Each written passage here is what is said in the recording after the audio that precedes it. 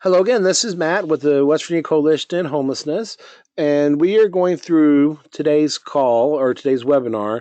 We're going to be looking at some rapid rehousing errors, mistakes, data entry kind of quirks that happen with rapid rehousing, and the kind of tips that you can use when you're tracking your rapid rehousing activities in HMIS. Now, this applies to rapid rehousing that's provided as if you're an SSVF provider, or you receive ESG rapid rehousing funding, or COC rapid rehousing funding, or private rapid rehousing funding. Pretty much any rapid rehousing provider is set up in our implementation of Service Point can these apply to. And also, we're going to be talking today about you as a rapid rehousing provider, how you can track the COC's designated COVID-19 response activities in Service Point. There's a big push right now, of course, with the current situation to track how the COVID-19 response and COVID-19 is impacting the population that we serve. And we've set up a couple different workflows within the system based off your provider type, and that will allow you to track either screen or record the current status of a client in regards to COVID-19, and if clients are being placed in non congregate shelters situations, to record those as well.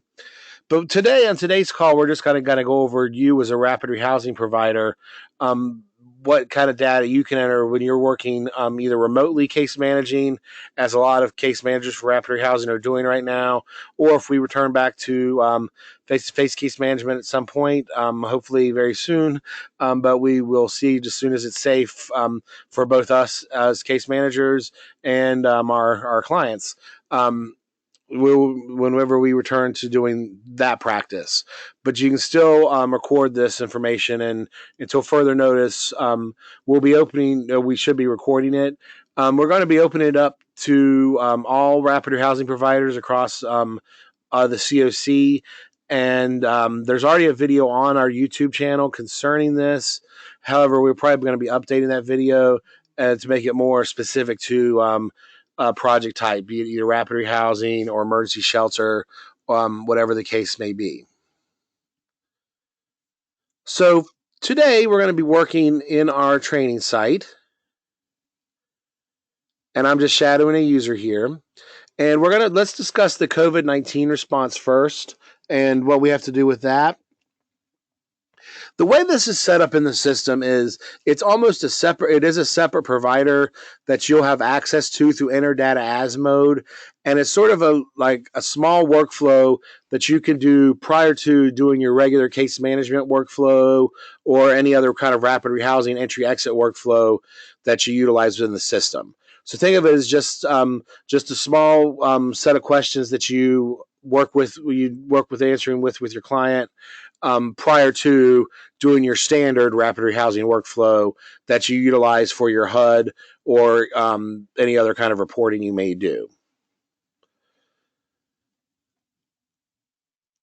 So like I said before, all rapid rehousing providers and case managers will be getting access to this, and it's just another EDA mode provider. So if we go in here into enter data as mode in the upper right hand corner of our screen,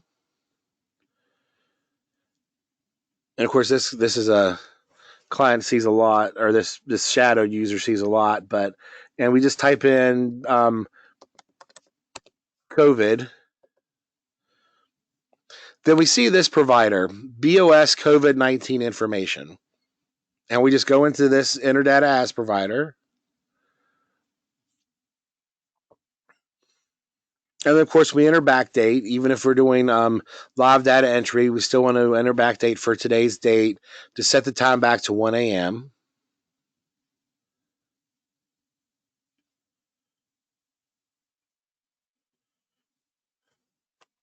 And keep in mind, again, like I said before, this is sort of a small little workflow you do before you do your actual standard rapid rehousing data entry, be it case management or entry exits. And it's kind of broken up into three different components. There is the sort of screening components that emergency shelters, outreach workers, folks that work with people on the street, that they utilize to screen symptoms and clients that may not have been yet diagnosed. And then there's the status piece, which is sort of for more permanent housing providers like Rapid Rehousing and other long-term housing providers, where you can track whatever your client's status may be. So, where, in terms of if they are high risk, if they or low risk, and whether or not they've either been exposed or if they've been hospitalized, to kind of record those dates so that we know kind of how this pandemic is really affecting those experiencing homelessness within our COC. Um, so again, for rapid rehousing, you mainly focus on the status piece, and the third piece deals with the placing of folks that might be on the street or in a not shelter-in-place situation, placing them in like non-congregate shelter situations throughout various communities in the COC. I'm sure you all have worked with folks from the coalition to set up hotel stays in our more popular centers.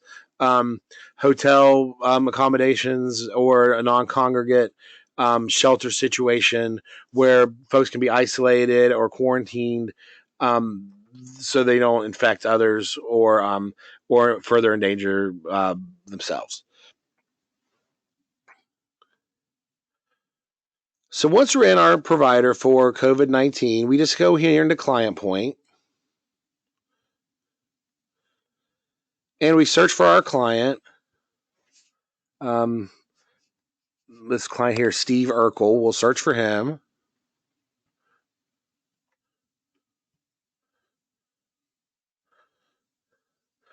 And basically, what we mainly see here are two assessments. And you go here to the assessments tab. Now, please note that since we've updated the training site, this has changed a little bit, and you'll be able to receive additional information through a workflow document that we'll be sending out. There's also some general information that shows up here on the client profile tab. But here on the assessments tab that we've opened back up for just this provider, there are two assessments. There's the COVID-19 client screening and the COVID-19 client current status. And to kind of give another a view of this, because this hasn't been updated, I'm going to pop over here to the live site really quickly and show you how it currently looks. That way we won't have we won't have confusion when we send out that workflow document.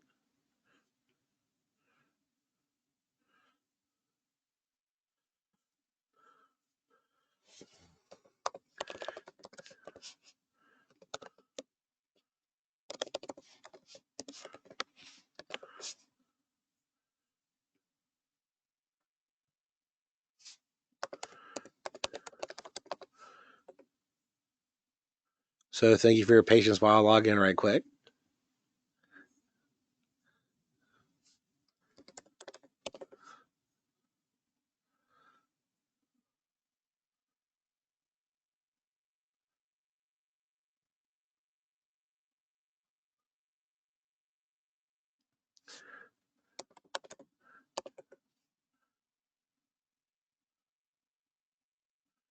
So we'll go into this client, COVID-19 test. Okay. And so what we see here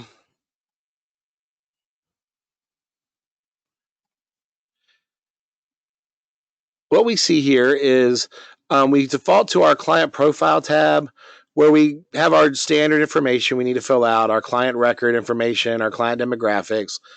But we also have this profile screen.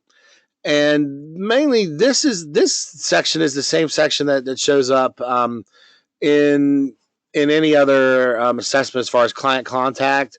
There are a few additional fields here that we've added: head of household cell phone number, and the head of household's email address, and the company data quality questions.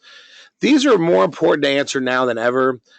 So please fill these out very specifically so that outreach workers can follow up with folks, be it they if you're having contact with them, or if so you have contact with them as well as a rapid rehousing provider. And again, client residence, last permanent address. And by the time they get to as a rapid housing provider, most of this information has probably already been filled out, especially because you've already potentially entered them into your project. But then just some general information questions. Um, Now, we do have a couple questions in terms of what county the client's currently in that has been added.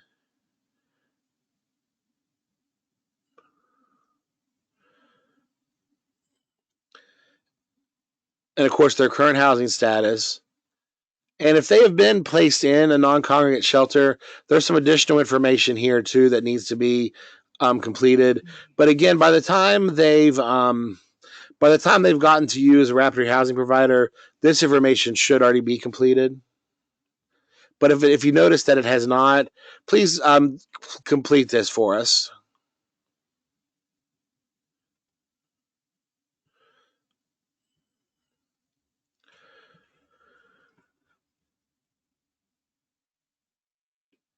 So just some questions concerning pets in the household, excess and functional needs identified, and what kind of unit type they're currently in.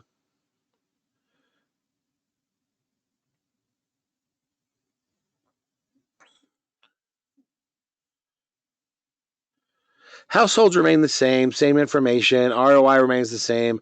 Of course, here during this pandemic, we've gone back to where verbal consent for this provider for your when you're doing a COVID-19 response is okay until we can begin get a signed consent for a client and you can change it accordingly, upload it at that point.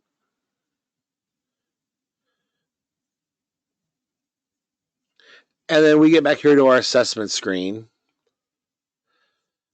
And we see here, like, say, for instance, this client has already been screened, and they say they might be they currently may be in a non-congregate shelter situation, in a hotel, something like that. However, they've ended their time in the hotel via the isolation period or quarantine period, and they have been gone through. They've gone through coordinated entry, and we've worked to get them housed. And you've gotten the referral to bring into your project. You'll want to just double check this information, and then you can go over here up top, select the COVID-19 client current status information, hit submit, and then as you're again, as a rapid housing provider, whatever you have contact with the client, you can record and update this assessment currently. So what this looks at is what their current status, what their current situation in regards to the COVID-19 pandemic is. So if the screening result, what's answered before, they can either be asymptomatic low risk, asymptomatic high risk, exposed to COVID, or COVID positive, and they can test that accordingly. But currently, let's say they're asymptomatic low risk. Again, record their contact information.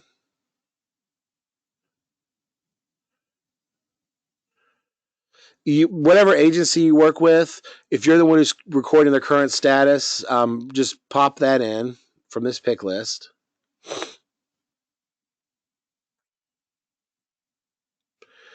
Currently, are they experiencing symptoms consistent with COVID, be it fever, cough, shortness of breath? Yes or no? And again, if they are, there's additional questions you can answer too. So if they answered yes to these, when did their symptoms begin? And then if there's an appropriate date, then you can, of course, fill this in. If it's unknown or not applicable, if they never did isolation for, say, you just leave it blank.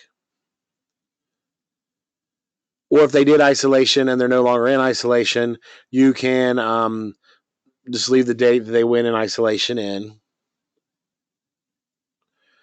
The same if they were tested and they went into quarantine, whatever that was. If they were hospitalized for this, when were they admitted to the hospital? If they were tested, when were they tested? What date did they receive their results? And if known, after being tested and receiving results, what was the status of that test? Did they test positive or negative?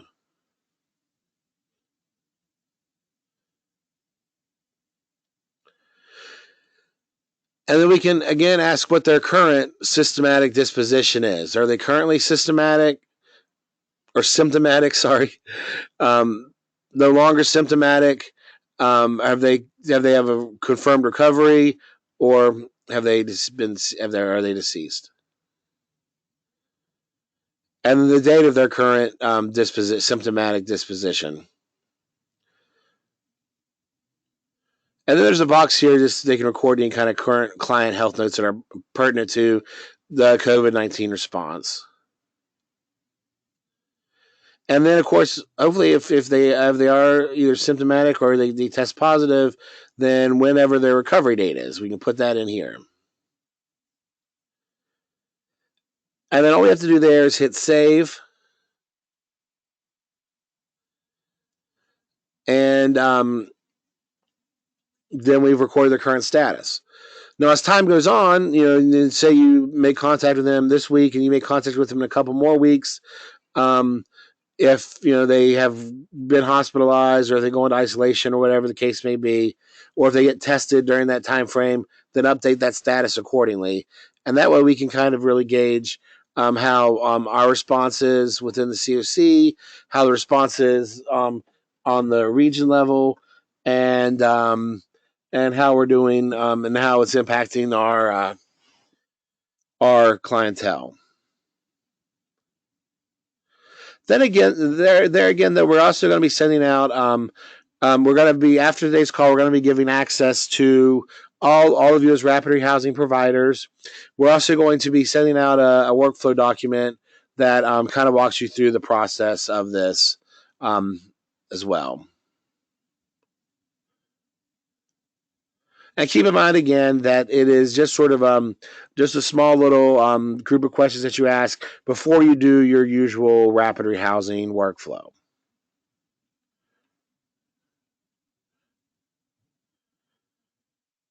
So that being said, let's go ahead and get out of this provider as we'll see this in COVID-19 information.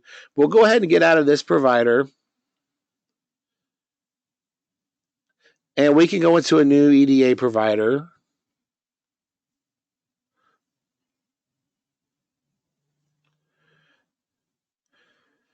And actually, we'll pop back over to our training site.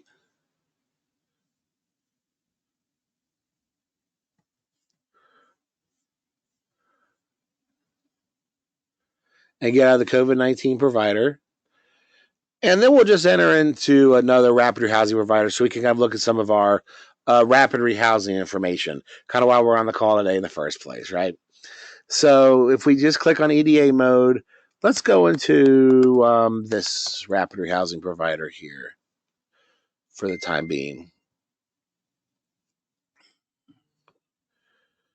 Okay. So here we are back in our training site. We've gone into our rapid rehousing provider. And what we're going to kind of do is just kind of walk through a client's potential experience with rapid rehousing, starting here on our home screen, going through client point, going tab by tab, and kind of looking at a couple different things that we've noticed that myself or Mary Kate or our monitoring staff might have noticed when they were out kind of looking at HMIS data entry in particular for rapid rehousing clients.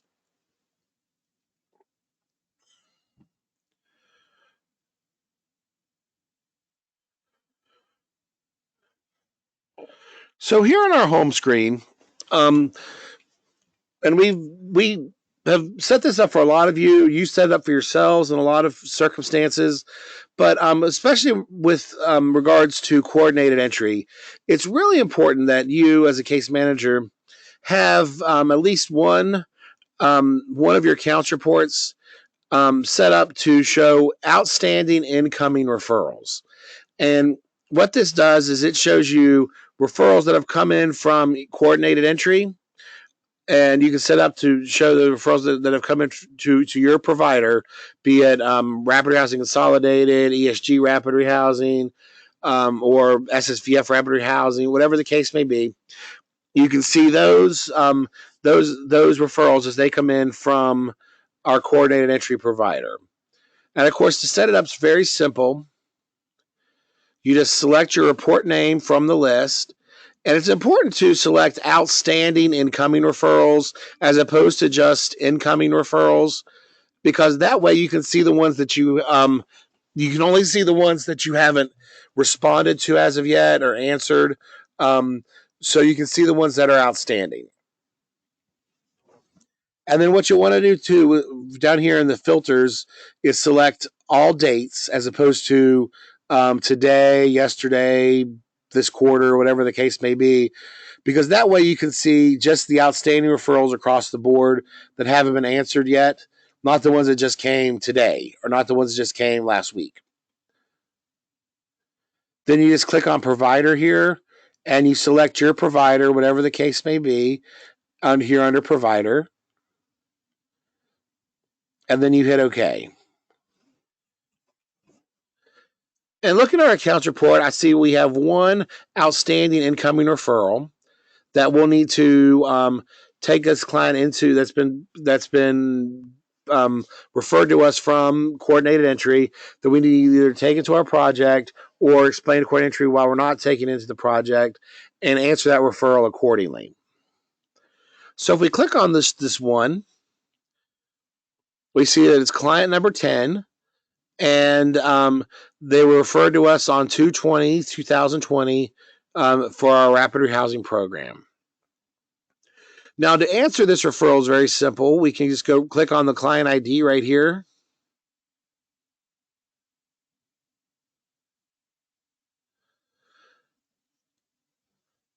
And that takes us, of course, into the client's record. We're in Steve Urkel's record here.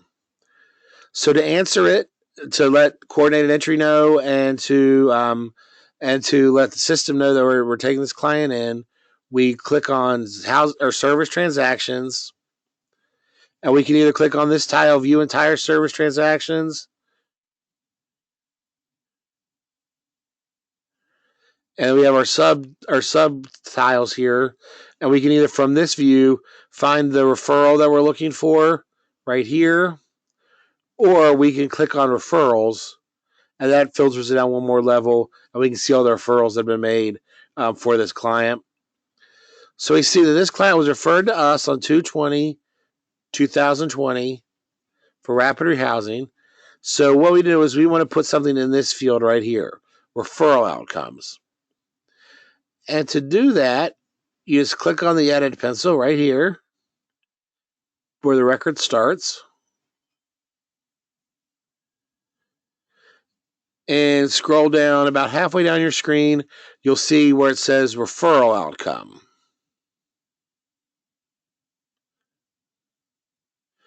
And from here you can select accepted, accepted on wait list, declined, or canceled. So let's say this fellow gets accepted in, and we let him go right into our project. Okay, so we can hit accepted, and then just go down, and we can answer the need as closed at this point. Then we hit save and exit. And the referral outcome has been marked as accepted. And so it shows that we're going to be taking this person into our rapid rehousing consolidated project. Now, if we go back over here to our home screen,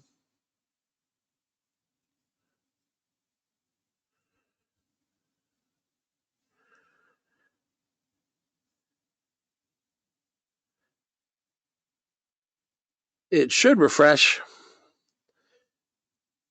And we see that even when we click on the one, we have no matches. When we click on that, so we hit refresh now, we have 0 incoming referrals because we've answered all our referrals accordingly. So it's very important to do that, to answer those. I mean, either if you're a program manager, you can batch them and answer them on the report, or you can answer them as you place people, which is the best way. That way, coordinating entry can know that the people they're referring are getting housed, and you can keep track of the referrals that are being made to you. So let's pop into Client Point right now, since that's where we do a lot of, or most of our client data entry. And again, let's look for Steve Urkel. Only one. Of course, in the training site, there's only one. So we hit the name.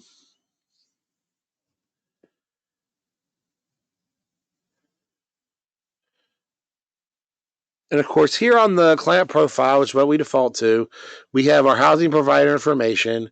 Under most circumstances, a lot of this information will already be completed for you via the coordinated entry system. However, there might be things that need updated or you need to double check. So we always suggest doing that. Especially including things like their contact information, last permanent address, things of that nature. And one thing you may notice here too, and we can't harp on this enough and make sure that folks, help us out with this or don't continue to do this. But this client has one race, a primary race down, and a secondary race down. That's a no-no. You don't need multiple.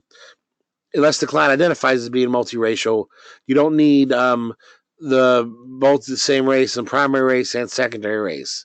But if the client identifies as multiracial, you can of course put a primary race here and the next race down here.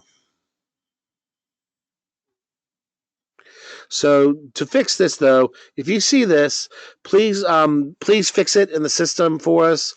We fix it as we can as we see it. But even if it's not necessarily your client or you're out there, because what it does is it confuses some reports that don't capture that multiracial question. Instead, they look at that there's two values in the two fields, primary race and secondary race, and then just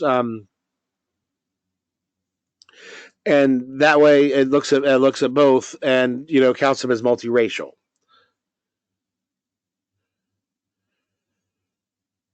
So to fix that, just click on the edit pencil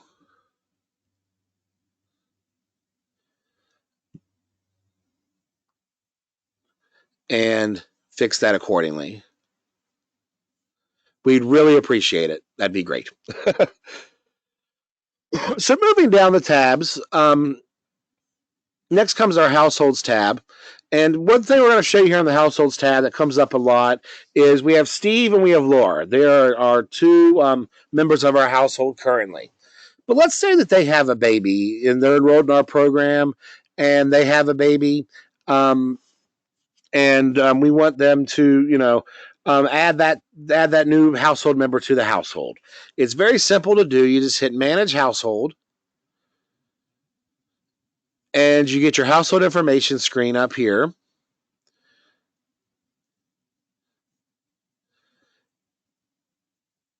And then we'll want to change our household type from couple with no children to whatever the case may be. So we're going to change it to two couple with children,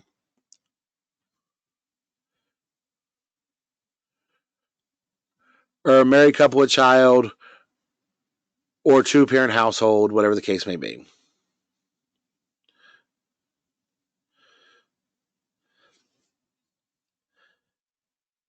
And then we can hit add delete household members.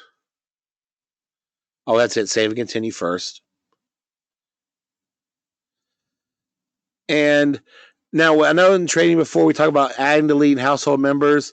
That's the only, you never want to delete a household member. However, you can add a household member. So whenever a new household does occur, or a new household member does occur, then you'll hit that button. You'll get this screen, add, delete household members, and then you can expand this part. You'll get a client search. So you have to even search for a client, even if it's a brand new baby, just to make sure that the client's not already in the system. And of course, we have no matches here. So I'll add new client with this information.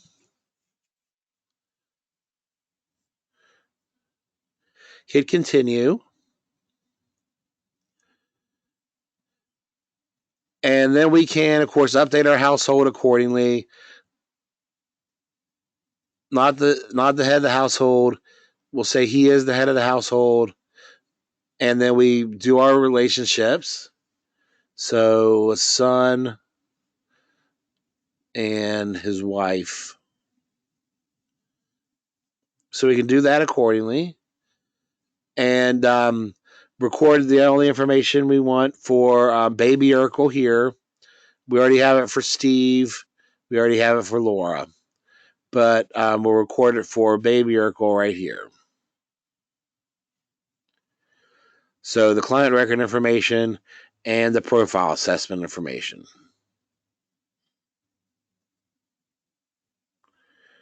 Okay. But for the sake of time, I won't fill those in right now. You guys know how to fill in those fields. But it is important to fill in those fields because those are universal data elements. So then we hit save and exit. And there you go. Now baby Urkel is a part of our household.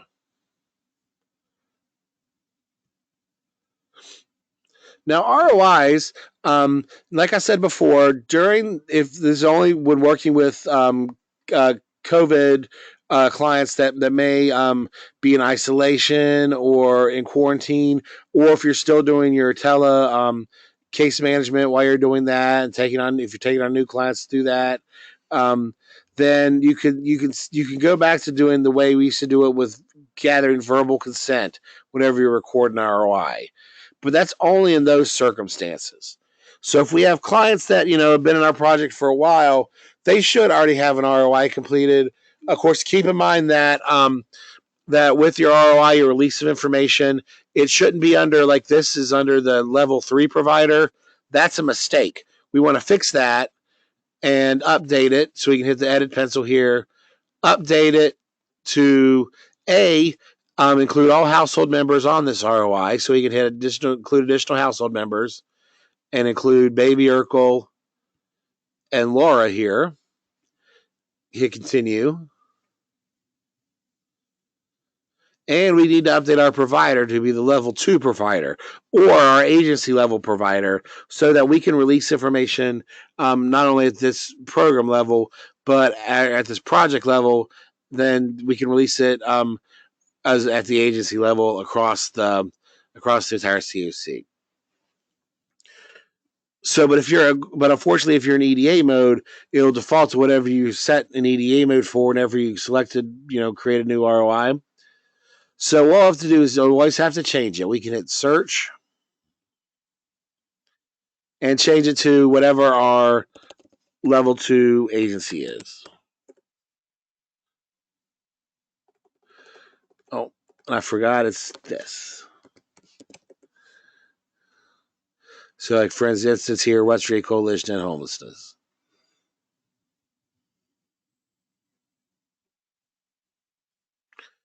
And then we just hit our documentation. Hopefully it's signed consent. Again, verbal is okay during this time frame.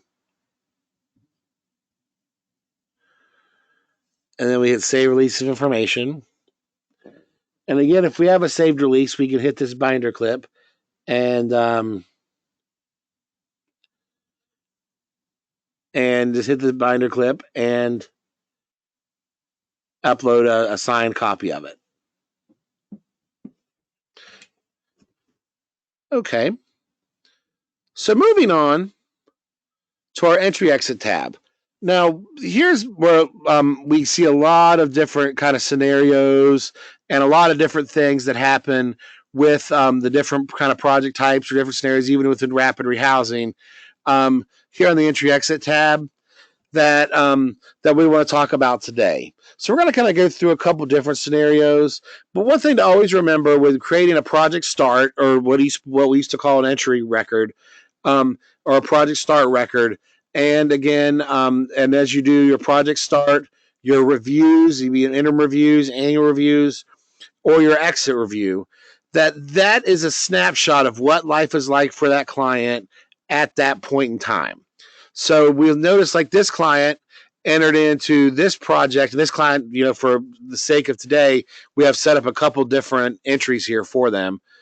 For the sake of today, this client entered into Bartlett House's West Run Bridge Transitional Housing on 2/1/2020. So if we go into this project start record right here by clicking on the edit pencil and save and continue, we should see exactly what the data looks like, and it should be accurate and up to date as of that day. So if the client had disabilities diagnosed or didn't, we should know at that point. The same goes with health insurance, income, housing status, etc.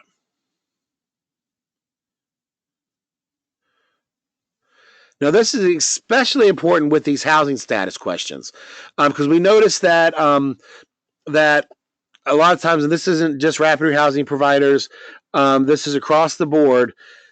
That say the client's been in the system for a long time. Say that the Urkels have been homeless for 3 years, and we're just now getting them in housing.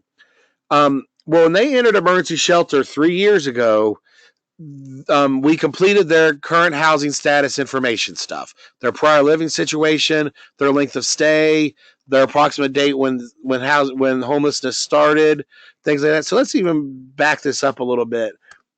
16. And we send out data completeness report cards, and they show that these fields are answered, so that's great.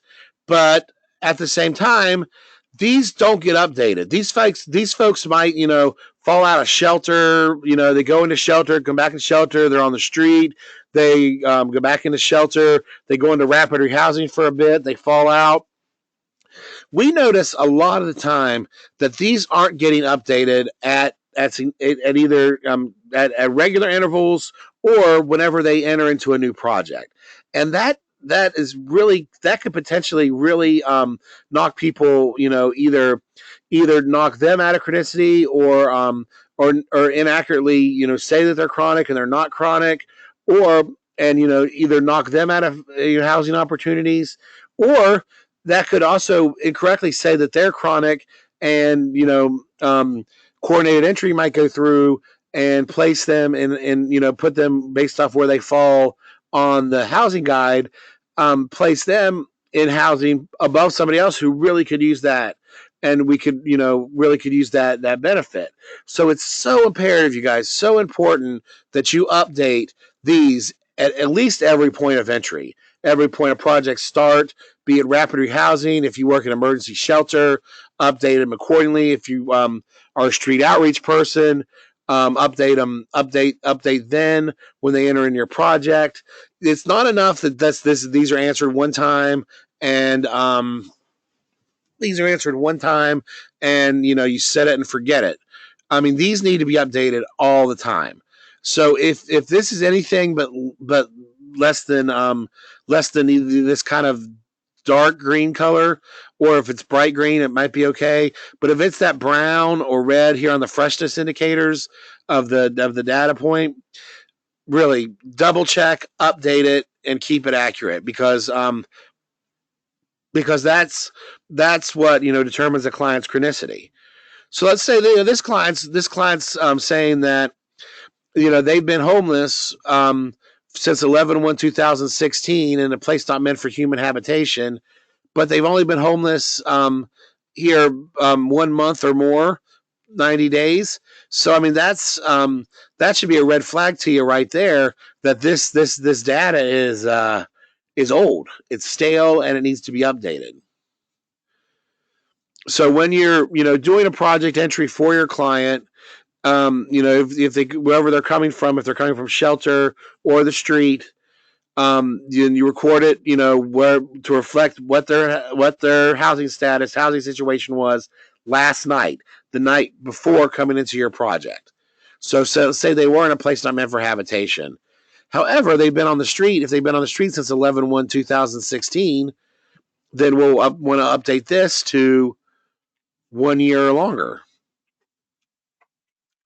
And regardless of where they stayed, we have to check the number of times they were in emergency shelter or safe haven or on the street in the past 3 years, including today. So that might be more than 4 times now.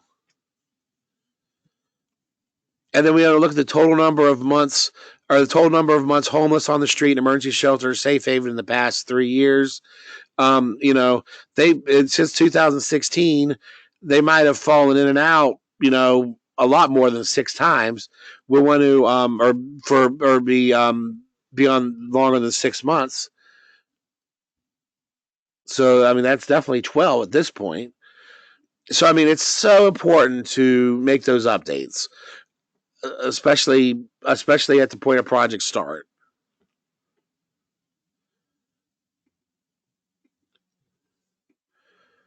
So then we can go ahead and make sure all these questions are answered, as well as these questions here. So these were added just this past October, but if they're coming new to your project, or if you're doing an update on them, you can answer these questions accordingly as well. So we'll go ahead and save and exit, though. And again, here we set up a couple separate sort of entries for this client, just so we can kind of look at a couple different scenarios. So let's start looking at now we had the joint transitional rapid rehousing component that some providers here have. So there's a couple new ones that are actually getting started throughout the COC, and hopefully they get started soon with the even in the midst of the current pandemic. But what we did is keep in mind that there's a joint component. It's always a rapid rehousing provider, and it also has transitional housing services available, right? So if you have a joint component like this provider has been entered into Bartlett House's West Run Bridge transitional housing, but we don't see an entry into Bartlett House's West Run Bridge rapid rehousing component. You have 2 separate providers set up for that provider. So, or for that program, you have your transitional and your rapid rehousing. So all joint providers have, the joint component has those 2 providers set up, those 2 provider types set up. So if a client goes into that provider, they should always have an entry into rapid rehousing, no matter what, to reflect their project start date. So they should always have an entry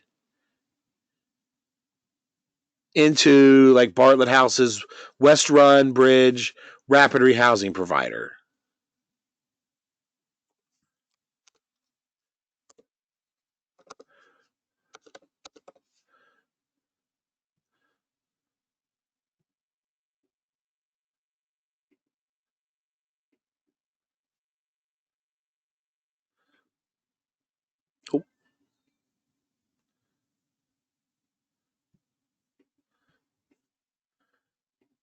Now, so they always should have an entry into the rapid rehousing component. Now they might just go right into rapid rehousing if you have this joint component. So they could have just an entry into rapid rehousing, but they always have to have an entry into rapid rehousing. They might not go into your transitional project, via their transitional component of this project. They might go right into rapid rehousing, so they might not need this transitional entry. However, if they do have an entry into rapid rehousing and transitional. If they start the same day, if they go into transitional, they have to have both entries, transitional and rapid rehousing.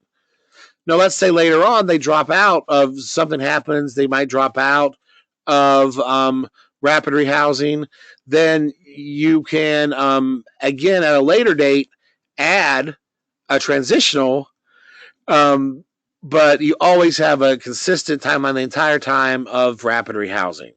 So keep that in mind. It helps me to think with this joint component that that the rapid rehousing is on a timeline, and they always have a rapid rehousing stay. And then they can have like a rapid rehousing stay. Like if you look at my arrow along this line, they can have a transitional stay from this point to this point, and then always have the rapid rehousing stay down here, and then have another transitional stay from this point to this point. Or they could have a transitional stay from project start and a rapid rehousing stay from project start, and then they always have the rapid rehousing, but then they might exit out of transitional and stay in rapid rehousing. So there's a few different scenarios. It's kind of a pretty flexible program in that regard. So keep that in mind when working with transitional housing and rapid joint component projects that way. But then there's also other scenarios that we work with rapid rehousing. So let's say we have an entry into a project, and the very day that we get them in, into our project, we get our referral, we have a unit ready to go. They start on, let's look at this case, ESG Rapid Rehousing Provider entry here. They start on 2/1/2020. They start this day. That's their project entry date. That's the day they move into housing. So what we can do there, of course, is create a project start for this client, fill out all the applicable information, of course, updating where we need to update for all household members, or entering in data, applicable data for things that might have not been entered before. And then, of course, here at the bottom of the assessment where it says housing move-in date, we can just put in our housing move-in date is as the same as our project start date, 2/1/2020. And then we can hit save and exit. And we've entered this client in, and they're ready to go. So that's the easiest scenario on those days where we can just move them in the same day that we take the referral and have the project start. But let's say that we take the referral and we're going to be working with this client. They're going to be a rapid rehousing client, and we're going to work with them to help them find housing.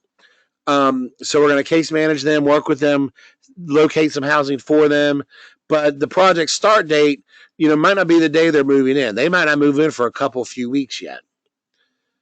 So if we go over here to, let's look at this consolidated, rapid rehousing consolidated entry here. And again, the same information, at the point of project start, we will leave this blank. We'll fill in all the information that we need to for all household members. And we see that our housing move-in date is blank here. We're going to leave this blank here, of course, because at the timestamp, at the point of project start, which is 2/1/2020, we haven't moved them in to our project yet. Or they haven't moved into, we've started them in a project, my apologies, but they haven't moved into any kind of housing as of yet. So we're still working with them.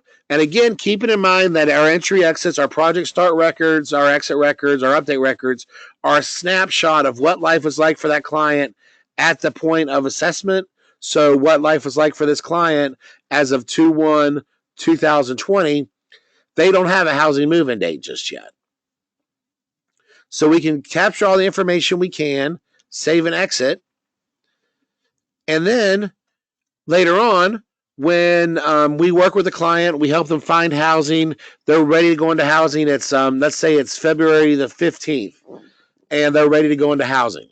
Then what we can do here is go to our entry exit tab, find our entry exit record. So this one right here. click on interim reviews or interims right here, this little icon. We see there's no matches, but we're going to add an interim review. And there's different types. We're going to add update because it's just a general update. Save and continue. And as of this date,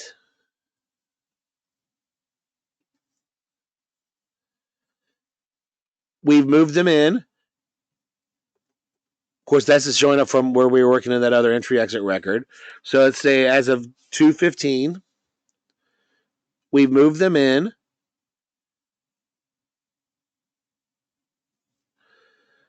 Oh, and I forgot to change the review date. My apologies. So now it's 2/15.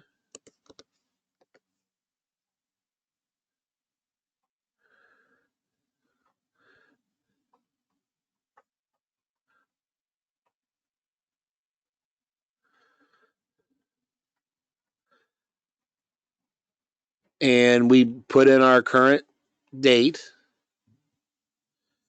showing that we moved them in to our project on 2/15.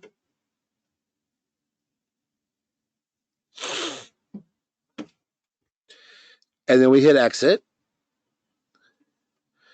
And we've updated the client. We've recorded that they we've updated their housing moving date. We recorded they moved in on 2/15. Now, along those terms, that's where we update, and we notice that some folks use updates with regularity. Some folks don't use them much at all. You need to update anytime you're doing case management with the client, and anything has changed on their client record, be it from their project start or their last update. So keep that in mind as well. So let's say when we first entered this client into our project back on 2/1/2020.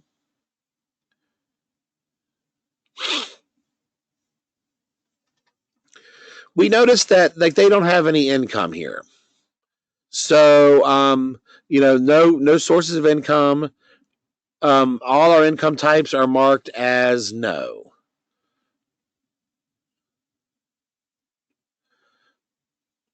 So this client does not have any income recorded, and we verified that he does not have any of these types of income. But let's say through our case management, now that he's housed, he's going to get everything together, he does get a job. We're going to want to record that, of course.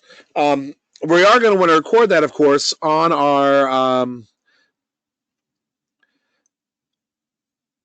updates, on our interim reviews here within the system.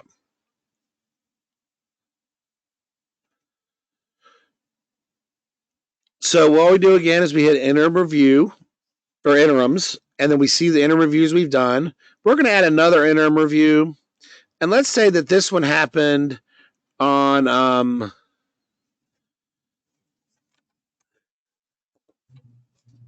3/1/2020. Then we hit save and continue. We update the information accordingly. Also, we update this because they are stably housed.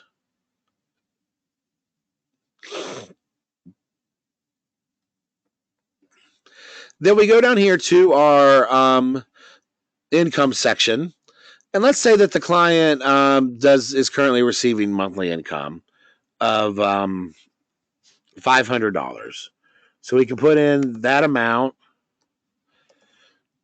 change this from no to yes. And then what we need to do is go over here to where it says earned income, right? And edit this to where it says yes, right? Trick question. No, we don't want to do that. What we want to do is we want to look at this sub-assessment as sort of like a bookkeeping measure. So what we need to do is we need to think of it as that for earned income for this client, he did not receive any kind of income source from 1/1/2020 until whenever we end date it. So what we will do is we will click the edit pencil here, leave all this the same, but we'll just put an end date in. So the night before of our assessment. So 01/31/2020, or I'm sorry, it was 02/29/2020. Then we hit save. And basically what we're saying here is from this time frame, 01/01/2020 through 2/29/2020, this client had no earned income. However, that does knock out our verification because we're not verifying whether he does have income. So then what we'll do is we'll hit add, change this to select our source of income, earned income, put in our monthly income amount of $500. Then we'll mark yes, he is receiving income from this day moving forward. So we'll leave this until, again, it changes. We'll leave this blank. So we'll hit save.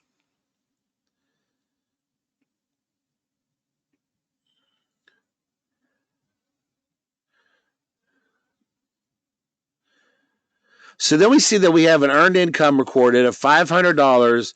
Yes, the client is receiving this amount, this income source from 3/1/2020 through whenever, till we change it or something changes again.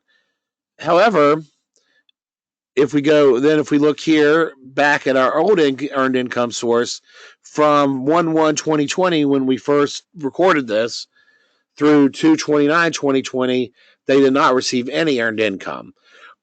So that's the way you want to do it. You want to, record those historical periods that way through time, so we can really get a client history via these sub assessments. Then if something would change again, of course, you would end date this one and add a new one.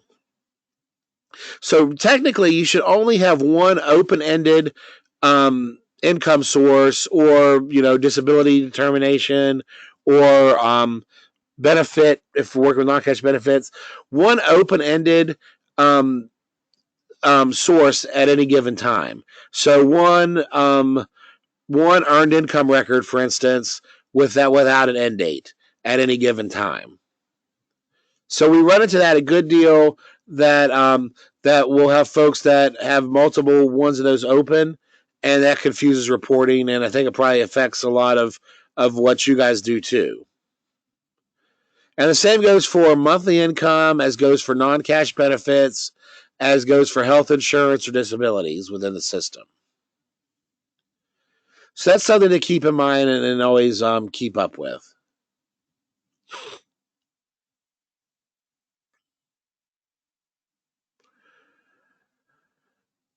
And the same goes for annual assessments. You always want to keep in mind that you need to do for rapid rehousing, as well as any other funded project, when a client is in your project for a year or more. So let's say that this client came in on February 1st, 2019, as opposed to February 1st, 2020. Then what you'll want to do is go into interims, record an annual assessment under your type, and it has to be annual assessment recorded. And you have 60 days to do this annual assessment on a client. So either 30 days prior to or 30 days after their anniversary date of their project start within the project. So be sure and do that, record those accordingly, and because that can really impact your APR reporting as well.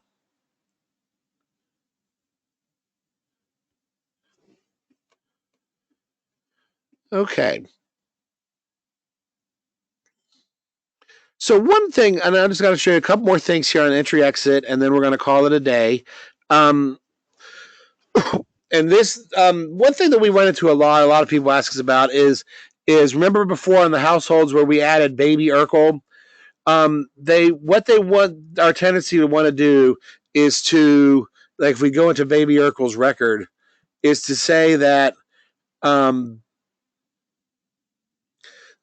If we go into Baby Urkel's record, is to say that, okay, so he was born on such and such date. Let's say he was born on March or April 1st of this year. So he's going to go into my project as of April 1st.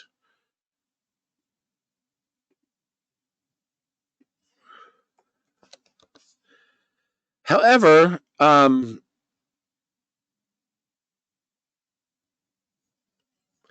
what that does essentially is, it does show that he entered your project. Of course, you will enter in his information here, but that shows that Baby Urkel was in this project all by himself. And you wouldn't take a baby into your rapid rehousing project all by himself, correct? So what you want to do is you want to add Baby Urkel to Steve and Laura's household, to their entry record into your project.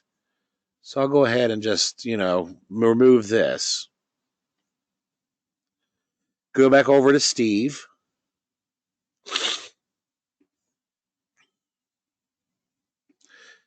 And let's say that he's still enrolled, or he's enrolled in this project still. So we can go in, we just click on the edit pencil to the entry, and then we hit include additional household members. And since we've already added him to the household, he will come up. So we hit Baby Urkel, continue, and then save and continue. And that takes us into our entry exit data screen. But of course, if we look up here, Baby Urkel's record, he has the same project start as everybody else, 2/1/2020. However, if he wasn't born until April 1st, how's he enrolled in your project 2 months before he was born, right? So what we'll want to do there is, again, hit the edit pencil up top here where it says household members associated with this entry exit. So we hit the edit pencil for Baby Urkel here. And we want to check off Steve and Laura and just have Baby Urkel highlighted here, checked. And then we added his entry date. So let's say he entered in on 4/1/2020. Then we hit save and continue. And there you go. He has that we can now see that it's all the same entry record. They're all associated as a group that came in together. However, we see that Steve's entry is 2/1/2020. Laura's entry is 2/1/2020. However, Baby Urkel, his entry is 4/1/2020. So then we can hit save and exit. And if we go over to Baby Urkel's record again, we see that it's 4/1/2020 when he came into your project.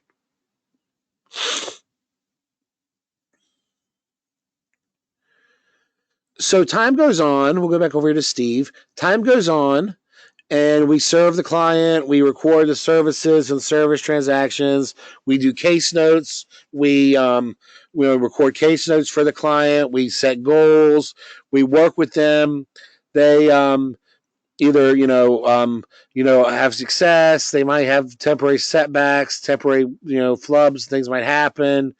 Temporary, like, different things might occur. Of course, we're recording service transactions, especially if we're doing SSVF rapid rehousing. We always do our project specific service transactions as well. So if we are an SSVF provider, let's say, and we hit view service history, and we look at a service here for SSVF rapid rehousing, we record the type of SSVF service, financial assistance type, and financial assistance amount. So that goes for SSVF, for RI, for path providers. Some of the providers have very specific service stuff they have to record. But for regular COC and ESG rapid rehousing, we don't have to record the specific project type stuff, but we do have to record service transactions. It's good to do that, so we know what services we've been providing this client. But time's gone on. We've worked with a client, and the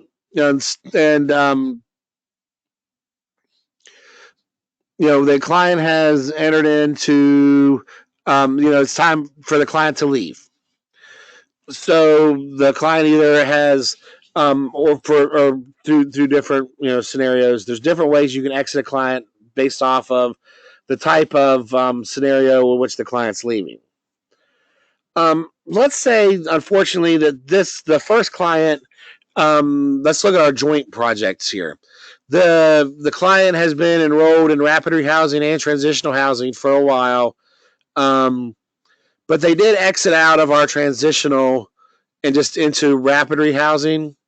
So we'll X them out of the transitional project here.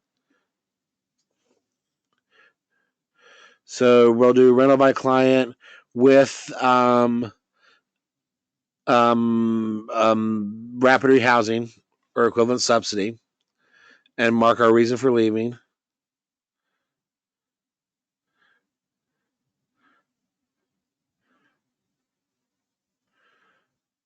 Update this accordingly.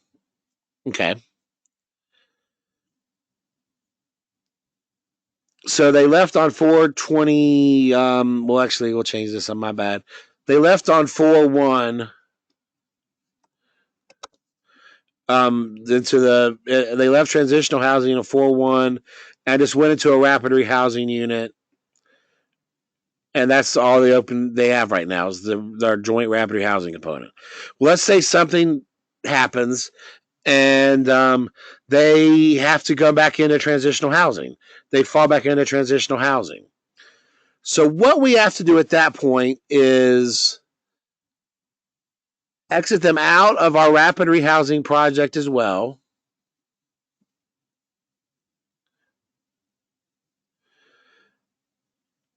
So we'll exit them out of rapid rehousing and say that they're going to transitional, and we'll record a reason for leaving.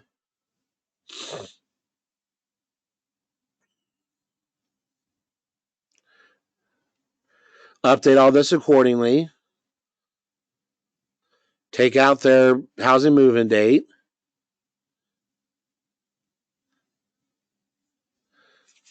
And we see that they've exited out of transitional and they've exited out of rapid rehousing. But we're going to take them right back into our transitional project for our joint component. Then, of course, we can add an entry exit.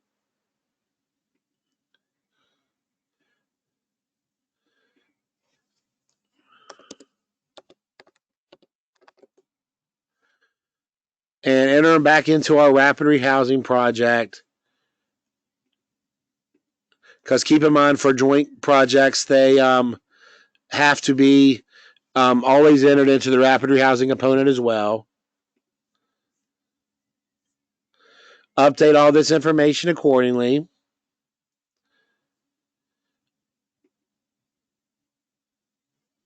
And then we also will take them back into our transitional project.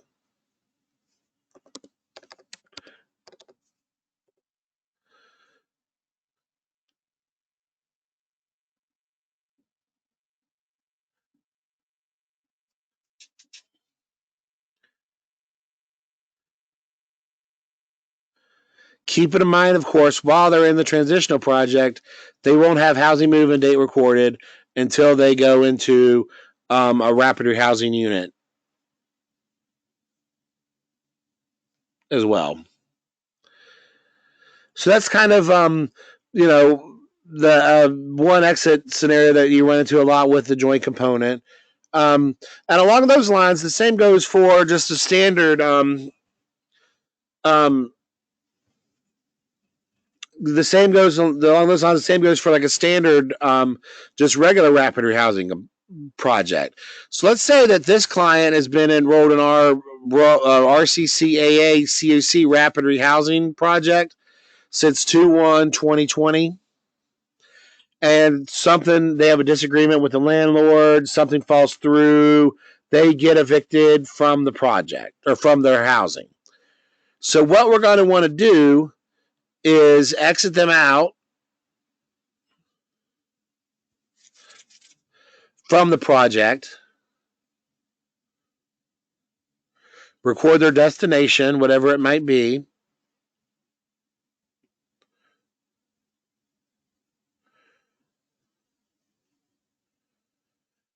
or, so say they're going back to the street, we record that, or say that they are just, we're just going to move them to another unit. We'll just record it as their destination being rapid rehousing, but we still have to exit them from the project and take out their housing move-in date. So say we're still working with them, and again, I messed up. They exited from on the 5th, let's say.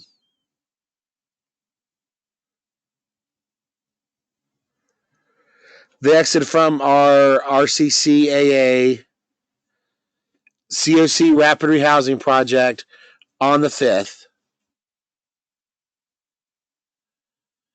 Then what we'll want to do is turn right around. Like, say we have another unit lined up for them and they're ready to go right back in. We can add an entry.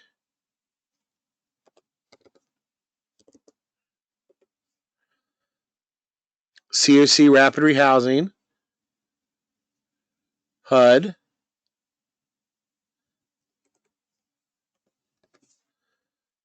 Save and continue.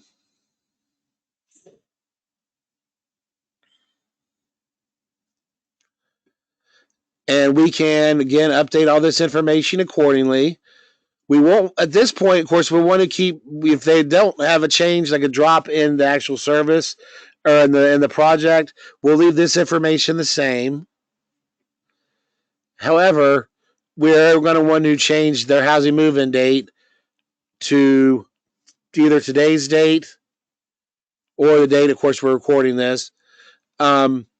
Or if we're going to take them back in the project, but they are returning to shelter for a while, we'll make this blank, and then when we house them, record it via interim review, the housing move-in date. But that's something to keep in mind. So say a client is enrolled in your project, gets evicted, has to move, and is going to be either homeless for a while or go to another unit. You do need to exit them from your current project and record a new housing move-in date whenever they move into their new housing.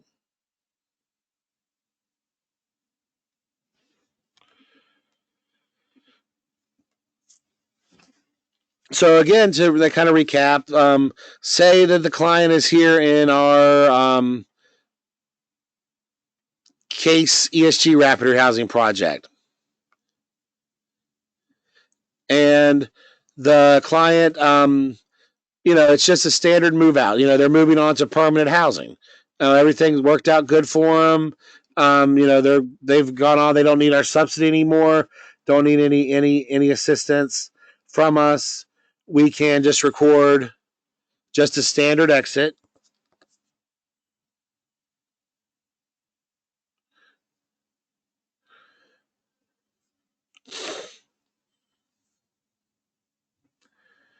Update this accordingly, the exit assessment accordingly, of course.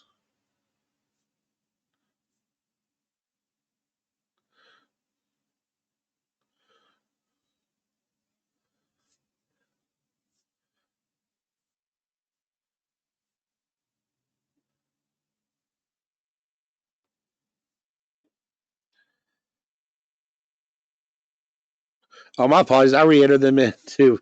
I've been talking so long. I confused myself even. We're just want to exit them in from case. Put their standard. What happened. They completed program. What their destination is. Rental by client with public in a public housing unit or no ongoing housing subsidy, whatever the case may be. Save and continue.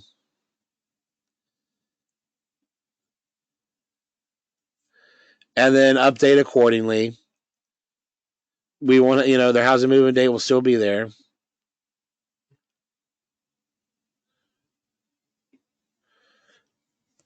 And then we save and exit. But if again the client does fall out, let's say they fell out of this, then what we need to do is we'll need to exit them for whenever they became evicted, left their current housing, put in an exit date, and then re-enter them into our program if we rehouse them again with a new housing move-in date. Now, some folks ask us too, and this one more quick thing about entries and exits.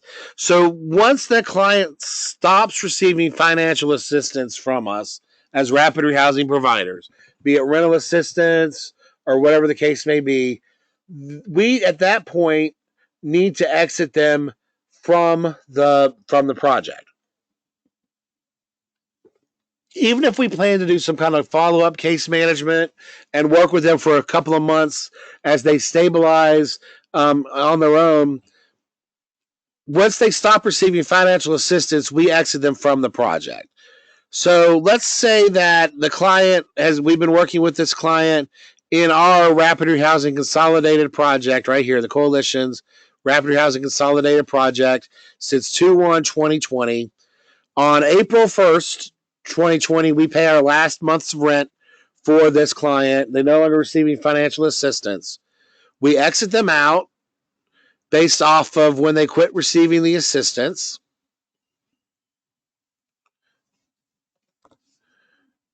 Record their destination.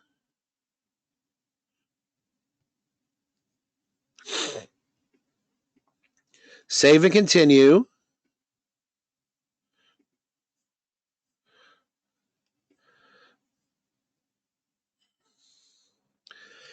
But say, as a case manager, I do follow up with them. I just check in to see how things are going, how everything's going along. But they've already exited the program. Then right here on our entry exit record, they entered in this date, exited this date. I can, by interims, I can hit follow-ups, and those work a lot like interims, except they happen after the client's exited from the project. So I can hit add follow-up review, select the case manager or the household members this applies to.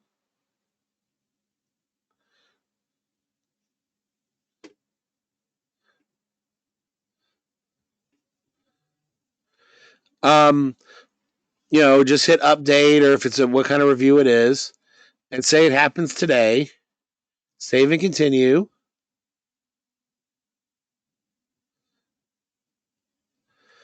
And then I can, update, if anything's changed with their current housing status, health insurance, disabilities, monthly income.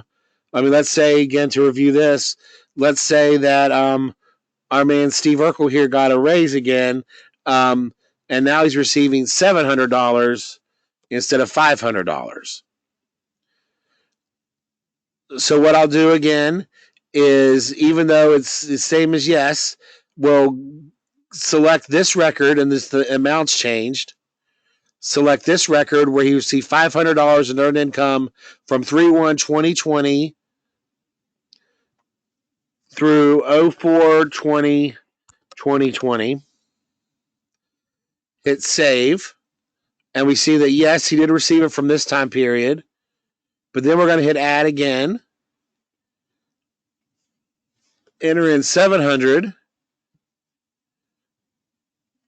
in earned income. He's still receiving this income source. So from 4/21/2020 moving forward,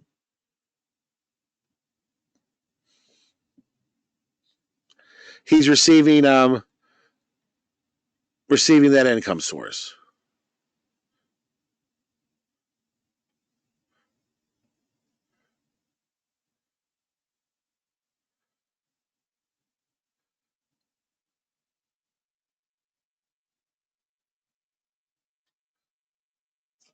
And there we go. Okay. So then we hit save and exit, and we've completed our follow-up review.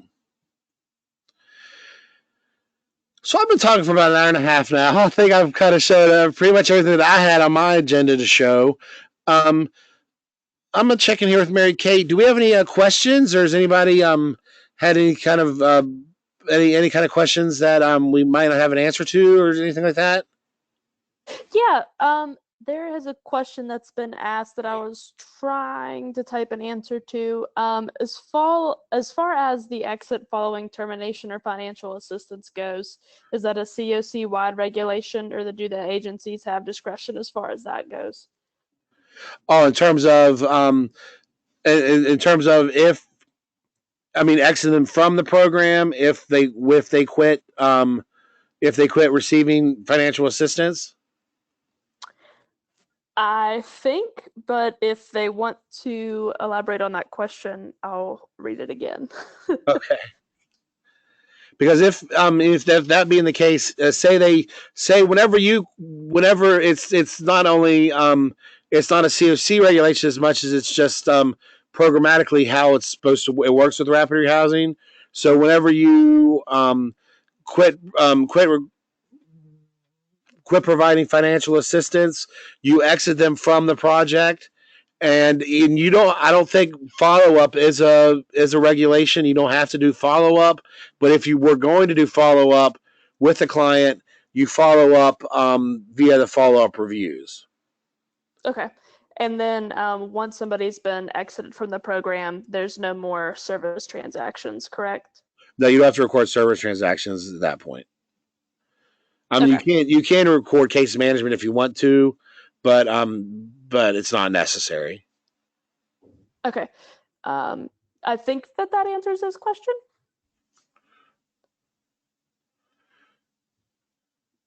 Perfect. He said yes. Cool. Okay.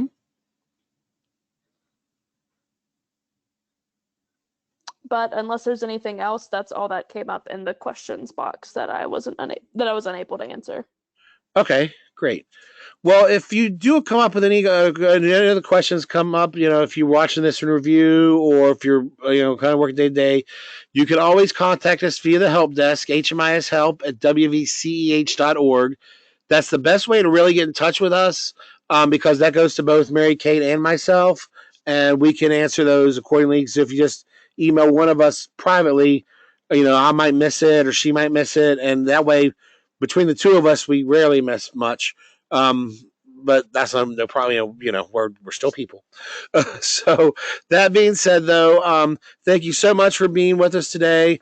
Again, we're going to be posting this on our YouTube channel as soon as we kind of can get it converted and formatted over there. And we're going to be sending out a notification and the workflow concerning the COVID-19 piece that we talked about earlier, and giving access to use rapid housing providers to that component. And if you have any questions with that, of course, you can contact us via the help desk as well. And thank you so much. And we really appreciate you being with us today. And hopefully, our paths will cross again once everything kind of normalizes at some point. I hear that the governor just didn't cancel school, but in the state of West Virginia, closed it for the remainder of the school year. So while we were here on this webinar, that happened. Um, and give a call, but always feel free to get in touch with us, and we'll be happy to answer any kind of questions you may have. Thanks a lot, and have a great rest of your day.